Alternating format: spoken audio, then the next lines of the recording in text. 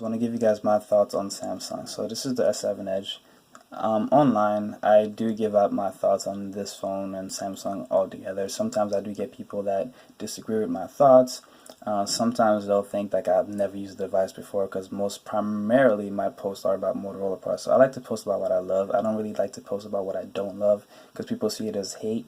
I really want to give this phone some constructive criticism, something that Samsung needs to know so that they can do better.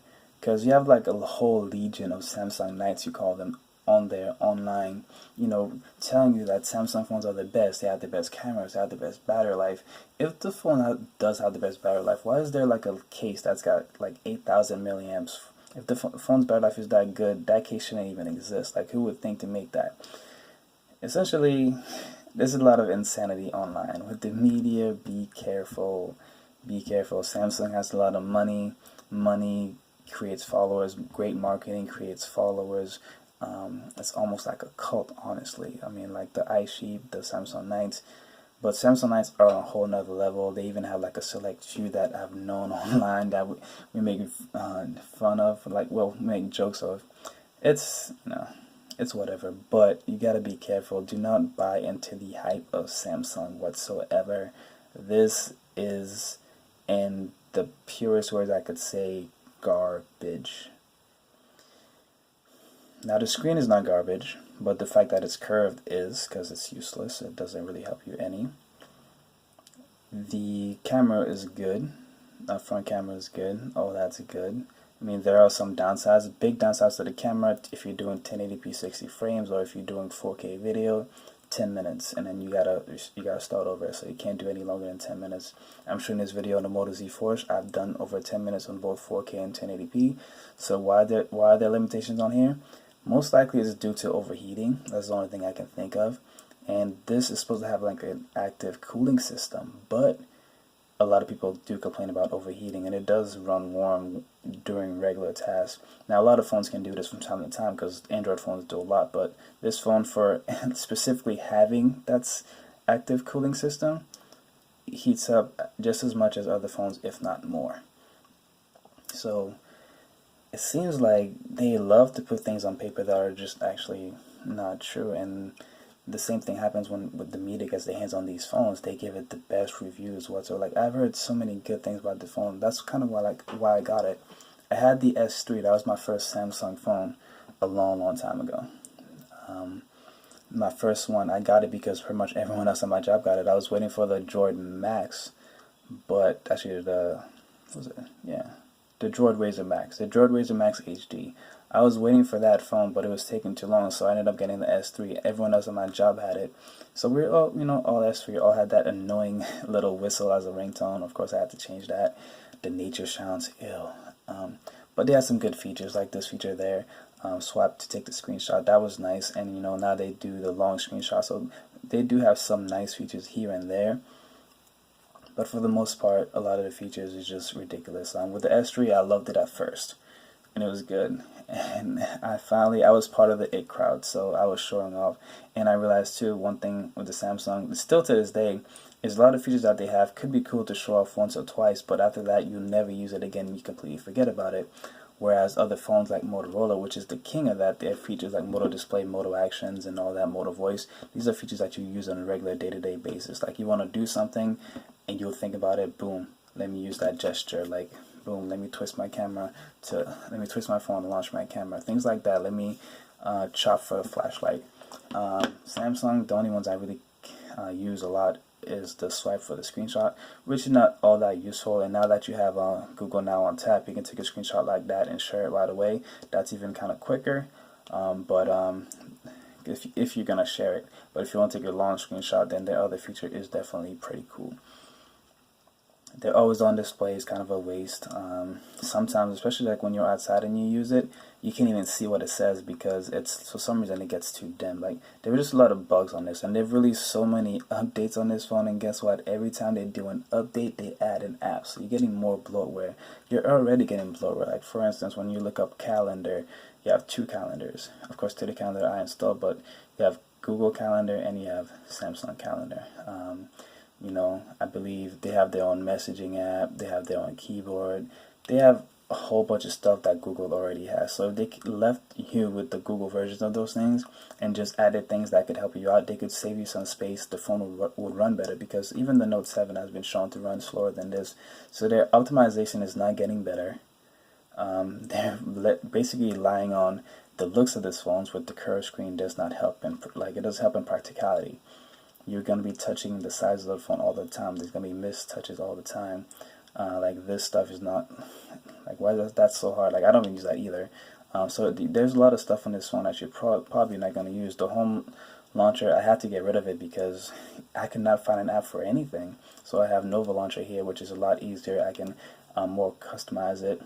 I lose out on the themes, but you know, you can still do the themes for the rest of the phone. The themes I actually do like to change the looks of this, and you can make your themes match your Nova Launcher, which I've done in the past. But for the most part, what they add to the phone is just, they add a lot of junk. This phone is so ridiculously slow. Like right now, it's not going to be slow. I'm not really doing anything to slow it down. But the regular day-to-day usage, when I'm messaging people, when I'm taking pictures, when I'm doing all that, replying online, replying to YouTube, the phone's just slow down. When you start multitasking, it starts getting slow, and it stutters. And like I said, always on display, even that one, it's not supposed to kill your battery, but it really does. It kills your battery, so I had to get rid of it. And it only works for the stock applications, and most people aren't going to use the stock applications. First of all, they're kind of ugly. Well, actually, I haven't even opened a calendar app. Ugh, I just don't like that. I don't like the way their apps look. Yeah, I'm not a big fan of what their apps look like, and they're doubled, so they could just give you the Google ones, and then they could focus on things like Android updates. Like, people spend so much money on Samsung, and yet their phones still are not the fastest to get updates, and like some of their exclusive, like the active phones, take long. Their Note line of devices, one of their most popular line of devices, take forever to get updates. So people are walking there, staying there, not getting updates, or getting them really slow. And the Samsung Knights don't even complain. They say, you know what, we already have what the update has, so we don't care that we're not getting updates fast. Okay, so go ahead and pay almost $1,000, and still, like, you have to wait until the end of the line to get an update, and you still have a phone that's slower than most. The Note 7 is being outperformed by the OnePlus 3, the Axon 7, and pretty much every other phone. Like the Moto Z4, the phone I'm recording with right now, kills the Note 7. It kills the Note 7 in terms of performance, kills it in battery life. It charges faster than the Note 7. Camera is about the same, but it's kept in low light. The Note 7 will win. But again, the Moto Z4 will win when it comes to camera. And also megapixels, because those 21 megapixels on the Z4s, they are forced to be reckoned with. You get so much detail, and it's such a nice camera. Beautiful camera. And you're not limited to 10 minutes. So I don't want to make this video too long. It's just that I've been following Samsung for a while. I've sold phones for 4 years. I've seen how people deal with them. I've seen all the issues that they have. I've heard all the complaints. And Samsung is not changing. They're not getting better. They're getting worse, if anything. They've curved the Note 7, so now everyone's going to have to deal with this curved business, which is annoying. It might look nice, but it's not practical. Like, nothing about their design is practical. They're still using a physical home button, which is not in line with the rest of Android that uses, stock Android is supposed to use on-screen buttons. And on-screen buttons are going to be nice because in the future, I think Google is going to start, using these. They're going to be like shortcuts. They can do a whole bunch of different things. So, and also too, like, even that, they put the back button here. This is annoying too. I had to get used to that. And ever since Android switched to on-screen buttons, it's just so easier and so much nicer to just touch something. Like, nobody wants to like touch physical things. That's why we have touchscreen phones. That's why we got away from a physical keyboard, and yet you still have a physical home button. So it's just not as useful. But yeah, it uses a fingerprint sensor, but even that's not the best. It doesn't have the fastest fingerprint sensor. It doesn't have the fastest performance. It doesn't get updates the quickest. It doesn't have the best features. It's heavily bloated. You're getting bloat. If you get a Verizon phone, you're getting bloat from Samsung. You're getting bloat from the carrier. And Samsung just loves to give you bloat, talking about they de-bloated their phones. But anyways, those are just some quick thoughts on Samsung. Like, I don't want to see like I'm hating on this phone, but it's kind of easy to hate on. There's a lot of things that Samsung is just, they're not, like I say, they're not focused. When they do something, they half-ass it. as compared to like when Motorola does something. It seems at least like Motorola gives it some thought. When they can, like it's for instance with the Moto Z Force, their fingerprint sensor, and Moto G actually too, Moto G4 Plus, fingerprint sensor is awesome. It's like fast. Their fingerprint sensor beats them. They have the front-facing flash, but it's like things that matter. Samsung people are like, oh, my phone, yeah, it looks shiny, it's cost a lot of money, it's got the best materials, it's got the best specs, it's got a curved display, it's got all this stuff, but does any of that matter on a day-to-day? Like, do you go around bragging about that stuff, or do you want a phone that actually works? That's how I look at it. So let me know what you guys think in the comment section below. Have you bought this phone? Have you used it? Me myself, like I can't even use this phone without a case. And it's just, it feels like it's gonna fall. As you can see, like I'm obviously gonna touch something, and the palm rejection just does not work. Man, it also charges incredibly slow compared to like other phones. They did not get USB Type-C, so you're outdated. The speaker quality is horrible. Ah, man. It also scratches very easily. I've been trying to be really careful with mine, but I did get some scratches. Like, and I barely use this phone, so the fact that it's, I don't know if you'll see it here, but yeah, camera's not picking it up, but I do have some scratches, like right there. But yeah, there are some scratches on screen. So it's just, do I call this a premium phone? Not necessarily. A lot of issues plaguing Samsung, and you see the Note 7s are blowing up. So clearly, quality control is not up to par with this one. So you're paying all this money for what?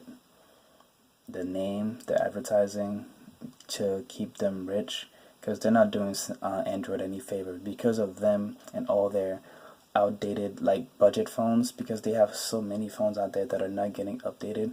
Android's distribution software in terms of software updates is terrible, and Samsung is doing that. So this is the reason why I don't support Samsung. This will be my last Samsung phone. I'm not gonna buy another one. It's been like so many years, like 4 years now, and they're still not changing. They're still doing the same things. They're still worried about their looks. They're still worried about like adding all their apps to it.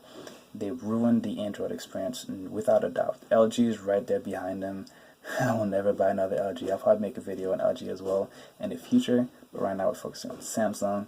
They're just hurting Android. They're hurting people. They're not giving the best experience, and I feel like they're helping out Apple more than anything. Maybe Samsung and Apple are in cahoots, because this whole Note 7 thing, the only person they could help is Apple. Like maybe they're making sure that they grab that top too, or maybe Apple made them. Apple is the reason why their Note 7's blowing up. But both of those companies, man, I stay away from them. Like they're just not doing anything that I find interesting. Nothing innovative. Like they have all this money, and what are they doing it? What are they doing with it? If you think I'm wrong, or if you can tell me what Samsung is doing, if you can tell me how great their phones actually are, yeah, please free to tell me. You know, we don't have to fight. We can talk about it like grown men. So let's do this. If you don't follow me already on social media, follow me at on Instagram and Twitter at Hear Me Raw. That's here _ me underscore raw. So here _ two underscores me _ raw. Follow me on Google Plus. I'll put the description, and I'll put that in the link. But yeah, Google Plus, I'm really active on there. So I'm so active on Instagram as well. Twitter, I'm getting there. Facebook, I do have, but I barely use. Hate Facebook too. But yeah, see you guys in the next one.